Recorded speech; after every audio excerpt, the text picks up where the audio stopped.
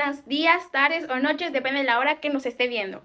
Mi nombre es Erika Yasmín Mayarjona y en este video vamos a hablar sobre la materia de Derecho Civil 1, en el cual vamos a hablar de los temas de posesión, propiedad y servidumbre. Ahora, primero que nada, vamos a hablar sobre la propiedad. Ahorita vamos a definir el concepto de propiedad. Los romanos, primero que nada, para referirse a la propiedad usaban los tres términos. El primero era mancipium, dominium o propietas. Ahora sí, vamos a definir qué es la propiedad. La propiedad es un derecho real por excelencia, es el derecho real originario y fundante de los otros derechos, ya que los otros suponen la existencia previa de la propiedad para poder estructurarse.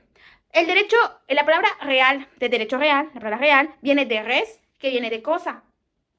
Y una definición un poquito más fácil es la que nos da Guillermo Floris Margadant, que nos dice que es el derecho de obtener de un objeto toda la satisfacción que éste nos pueda proporcionar. Bien, ahora vamos a ver las diferentes maneras de adquirir la propiedad, las cuales son 6. La primera son las originarias. Las originarias es independiente de un derecho anterior de otra persona, pero las originarias también se dividen entre dos, entre ocupación y entre accesión. Vamos a ver la ocupación. La ocupación es la aprehensión o detentación de la cosa con ánimo de adquirirla. Recae en cosas que no tienen dueño y solo aplica para bienes muebles. Para inmuebles se usa la prescripción. En inmuebles, el dueño original siempre va a ser el Estado o la nación. En la accesión, por lo contrario a la ocupación, es una forma de adquirir por medio de la extensión del dominio. Es todo lo que se une o incorpore, ya sea de manera natural o artificial. Aquí lo accesorio siempre sigue la suerte de lo principal. Nadie puede enriquecerse sin causa a costa de otro. La accesión se divide, como lo había mencionado anteriormente, entre natural y artificial. Pero la natural se supone o es la unión o incorporación sin la intervención del hombre, o sea, se da de manera natural. Se divide también entre aluvión, que la aluvión es el acrecentamiento, intervención del hombre, de los que sufren los predios colindantes a las riberas de los ríos por el depósito paulatino de materias que la corriente forma esas riberas. El propietario aquí adquiere una fracción de tierra que va formándose. El aluvión no tiene dueño. El aluvión en sí, o sea, de una manera más fácil, es cuando forma un nuevo terreno, por así decirlo, ya sea de manera natural, por ejemplo, las inundaciones, cuando hay en los bosques y todo, y pasan las inundaciones, pues ya ves que a veces en las inundaciones arrastra ríos, plantas, arrastra de todo las inundaciones. Entonces puede crear un nuevo predio que ahí pues nadie es dueño de eso.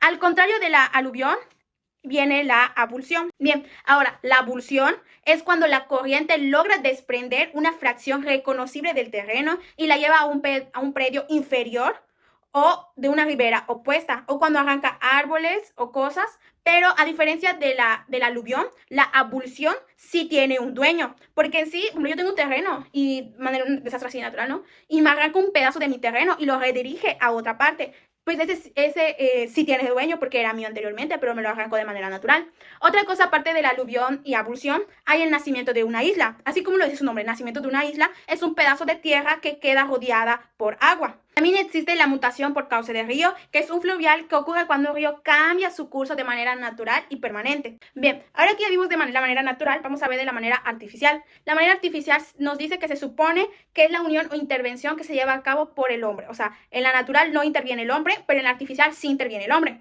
En la manera artificial se divide entre dos, muebles e inmuebles. Los muebles se dividen entre incorporación, que es la unión de cosas muebles de distintos dueños. La confusión, que es la unión de líquidos. La mezcla, que es la unión de sólidos, y la especificación, que es la transformación de materia ajena en una cosa nueva. Y bien aquí los inmuebles. Los inmuebles se dividen en tres. Siembra, que es el cultivo de semillas, plantación, que es la colocación de plantas o árboles, y la edificación, que es la construcción de obras o edificios. Pero en sí estas tres tienen tres principios, por así decirlo, y sus diferencias. La primera es, por ejemplo, edificar, sembrar o plantar en terreno ajeno con materiales propios. La segunda es edificar, sembrar o plantar en terreno ajeno con mis propios materiales. Y la tercera es edificar, sembrar, plantar en terreno ajeno con materiales ajenos. Son tres principios muy diferentes, pero que también tienen que ver con la de siembra, plantación y edificación. Ahora, todo lo que ya mencionamos anteriormente era de las originarias, que era la primera forma de adquirir la propiedad. Ahora vamos a hablar sobre la segunda forma de adquirir la propiedad, que son las derivadas. Estas se transmiten de un propietario a otro. Estas se dan por contrato, que es un acuerdo de voluntades, que se divide en CB, permuta y sociedad.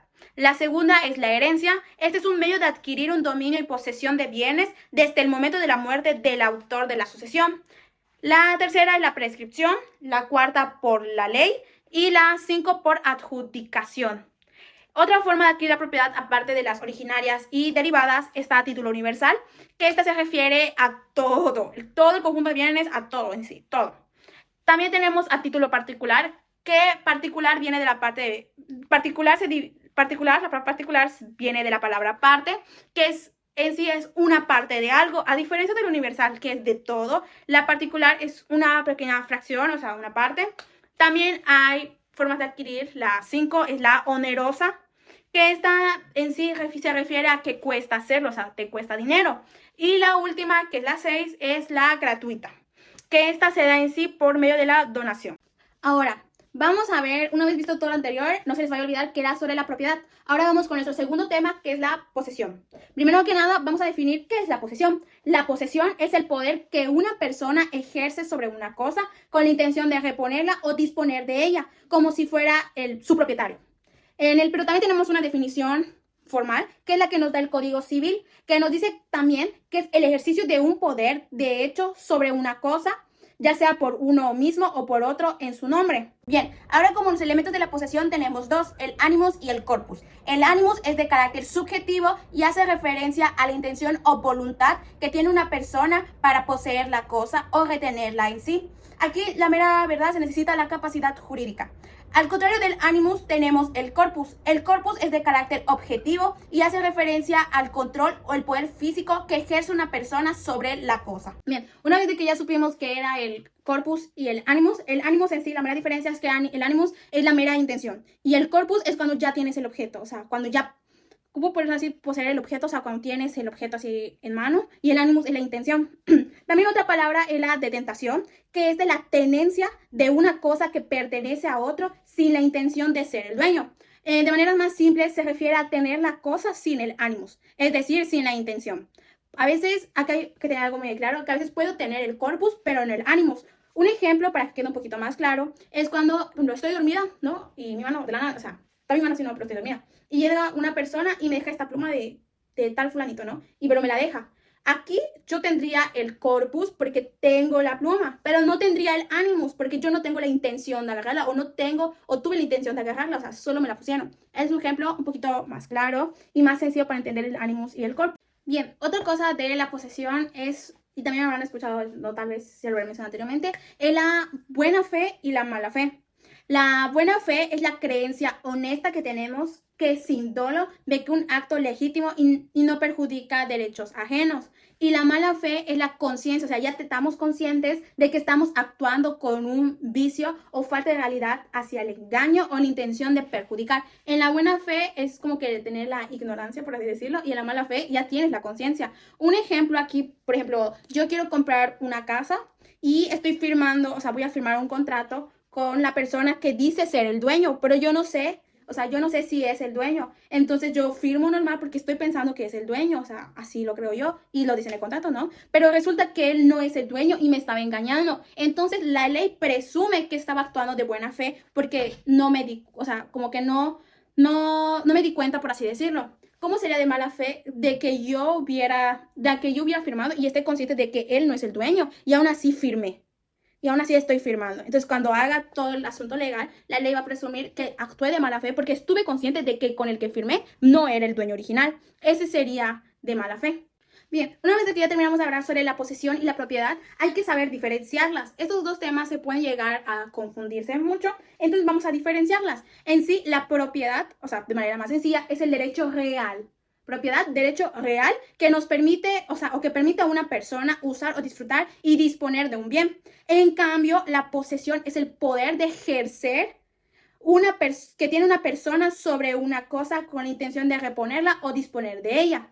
De manera más simple, a veces podemos tener la propiedad, pero no la posesión. Un ejemplo es, por ejemplo, una casa. O sea, yo tengo la propiedad de una casa, pero la voy a rentar. Entonces, la persona que me vaya a rentar va a tener la posesión porque la va a usar y todo, pero no tiene la propiedad porque yo la tengo. A veces es ese en el sentido de que podemos tener la propiedad, pero no la posesión. O podemos tener la posesión, pero no la propiedad. O sea, son dos conceptos totalmente diferentes. La propiedad, no se les vaya a olvidar, es el derecho real. La palabra es derecho real. Y la posesión es el poder que se ejerce. Posesión, poder que se ejerce, y la propiedad, derecho real. Podemos tener la propiedad, pero no la posesión. O podemos tener la posesión, pero no la propiedad. Ahora, bien, una vez que ya hablamos sobre la propiedad, posesión y la diferencia entre propiedad y posesión, vamos a pasar a nuestro último tema, que es la servidumbre. La servidumbre también se le conoce como cargas. En sí, su concepto más sencillo y más fácil es que es un gravamen real impuesto sobre una finca o heredad que esté en provecho o para servicio de otra perteneciente a distintos dueños. Este constituye a un desmembramiento de la propiedad. Es un derecho inseparable del predio. Esto solo se da en inmuebles y en sí es una cosa que sirve a otra cosa. Bien, la servidumbre o cargas en su clasificación se divide entre voluntarias, legal o legales. Las voluntarias se rige por el medio uso de la autonomía, o sea, de manera autónoma, excepto por disposiciones de orden público. Las legales son las que están impuestas por la ley, o sea, las legales o legal es por la mera ley y las voluntarias es por la media voluntad. Bien, ahora, aparte de la servidumbre, o sea, la parte de la clasificación de la servidumbre que sean entre voluntarias y legales, también hay dos conceptos que se pueden llegar a confundirse totalmente, las cuales son de aguas y de paso.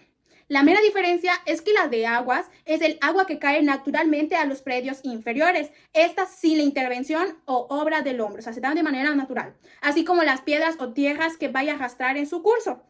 A lo contrario está la de paso. La de paso es la salida a la vía pública de una finca o heredad enclavada entre otras. Esa es la diferencia. Bien, como último punto vamos a hablar sobre la extinción de la servidumbre. Aquí existen dos maneras, que la primera es por maneras voluntarias y la segunda de maneras legal o legales. Vamos a ver primero que nada las maneras voluntarias. En las voluntarias son 7 maneras de extinción. La primera es que en una misma persona se reúna la propiedad de ambos predios. La segunda es por el no uso, pero acá existen dos notas, ¿no? Por así decirlo, que son las continuas y aparentes. El no uso de 3 años de buena fe y 10 si la hubiere desde el día que dejó de aparecer o de existir el signo aparente. También existen las discontinuas o no aparentes, que aquí el no uso son de 5 años si hubiere buena fe y de 10 si no lo hubiere, contando desde el día que dejó de usarse. También existe algo, la tercera, que es cuando se deteriora el predio. Cuando el predio está bien deteriorado, ya no se puede usar, o sea, ya no se extingue la servidumbre. También hay por renuncia gratuita o onerosa, que acá se da por el mero dueño, o sea, el dueño del predio dominante. Y también hay un cumplimiento de plazo señalado, que es de buena fe son 5 años y de mala fe son 10 años. También hay por condición resolutoria y también por resolución o revocación. Ahora, la forma de extinción de la servidumbre de manera legal existen 4 formas. La primera es cuando todos los bienes pasan a un solo dueño. Ahí se extingue la servidumbre. La segunda es también por el no uso, pero aquí son por 5 años, siempre que cubra sus necesidades. También la 3 es por convenio, excepto si es de interés público. Si es de interés público, ahí cambia totalmente la cosa. La 4, si entre algún copropietario no corre la prescripción, no corre para los demás. Estas son las diferentes maneras de la extinción de la servidumbre, ya sean de maneras voluntarias o legales. Bien, y esos fueron todos los temas que abordamos el día de hoy. De manera personal, les digo que hay que saber mucho sobre la posesión, propiedad y servidumbre. Esto me ha ayudado a comprender un poco más sobre los conceptos porque yo tenía la tendencia de confundirlos mucho. Y con esto me ayudó mucho a reflexionar porque hay cosas de que yo no sabía. Y a veces muchas de las palabras que mencioné anteriormente se usan mucho en la vida cotidiana cuando hay problemas de propiedad, por ejemplo en mi familia. Hay muchas cosas sobre asuntos legales con respecto a propiedad. Entonces esto me ayuda un poco a saber más sobre lo que están hablando porque son temas de importancia, o sea, no es dejarlo a la ligera. Es muy importante saber cada uno de estos conceptos porque más para la carrera que estamos estudiando, que es mucho de saber de estos conceptos, porque aunque no lo creamos, el derecho civil, decimos no es importante, pero sí es importante conocer esto, porque de la nada te puede llegar un caso o algo. Es muy importante saber y conocer sobre estos conceptos. Y esta es una manera más sencilla de poder aprenderlos que me ha ayudado muchísimo, ya sea para mis estudios o para mi vida cotidiana. Muchas gracias, nos vemos a la próxima.